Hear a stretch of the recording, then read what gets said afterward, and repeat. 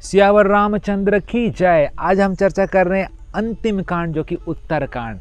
जब रावण को रामचंद्र मार देते हैं तब हनुमान को भेजते हैं कि जाके देखो भरत क्या कर रहा है, क्या भरत अयोध्या का राजा होकर आनंद से है या मेरा प्रतीक्षा कर रहा है। जब हनुमान आके अयोध्या में देखते हैं कि भरत महाराज चिता बना के उसके ऊपर बैठे रहते हैं, 14 साल से अगर एक पल भी अगर आगे जाता है तो मैं अपने आप को नष्ट कर दूंगा। और हनुमान तुरंत आके राम को बोलते हैं कि अर्जेंट है, इमरजेंसी है, तुरंत आपको जाना पड़ेगा। और उस समय रामचंद्र पुष्पक विमान में राम लक्ष्मण सीता हनुमान सब बैठ हैं और सभी वानरों को भी लेके जाते हैं। और उस समय सीता माता बोलती है कि अरे इस वानरों को जो पत्नियां हैं उनको भी लेके चलिए। और सबको पुष्पक विमान में राम लेके अयोध्या में आते हैं और फिर से रामचंद्र अयोध्या का राजा बनते हैं।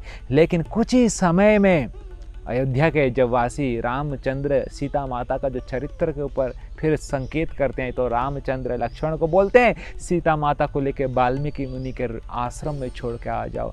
और सीता माता को छोड़ के लक्ष्मण आ जाते हैं। और सीता माता तब गर्भवती थी और उनके 2 संतान जन्म होते लव कुश। और कुछ दिन आगे रामचंद्र जब अश्वमेध यज्ञ कर रहे थे, घोड़े को जब छोड़े थे तो उस घोड़े को लव कुश पकड़ते हैं और पूरा अयोध्या का सेना आता है लड़ाई करने के लिए, सबको परास्त कर देते हैं लव कुश। लक्ष्मण भरत शत्रुघ्न को भी परास्त कर देते हैं। अंततः रामचंद्र खुद वहां पर आते हैं और रामचंद्र उनको परास्त करके घोड़े को लेके आते हैं।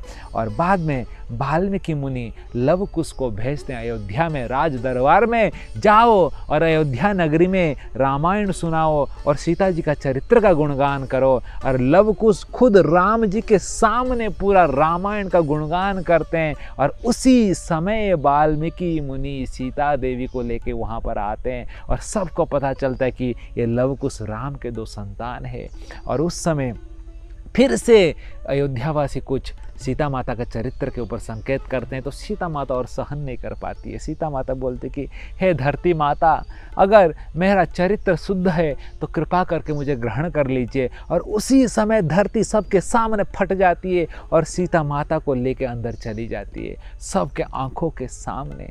और बाद में रामचंद्र कुछ सालों के बाद अयोध्या को राज करने के बाद अंततः राम लक्ष्मण भरत शत्रुघ्न सब सरयू नदी के द्वारा फिर से अयोध्या लौट के चले जाते हैं, पूरा अयोध्यावासी को लेके चले जाते हैं। इस प्रकार ये रामायण का समापन होता है। हरे कृष्ण।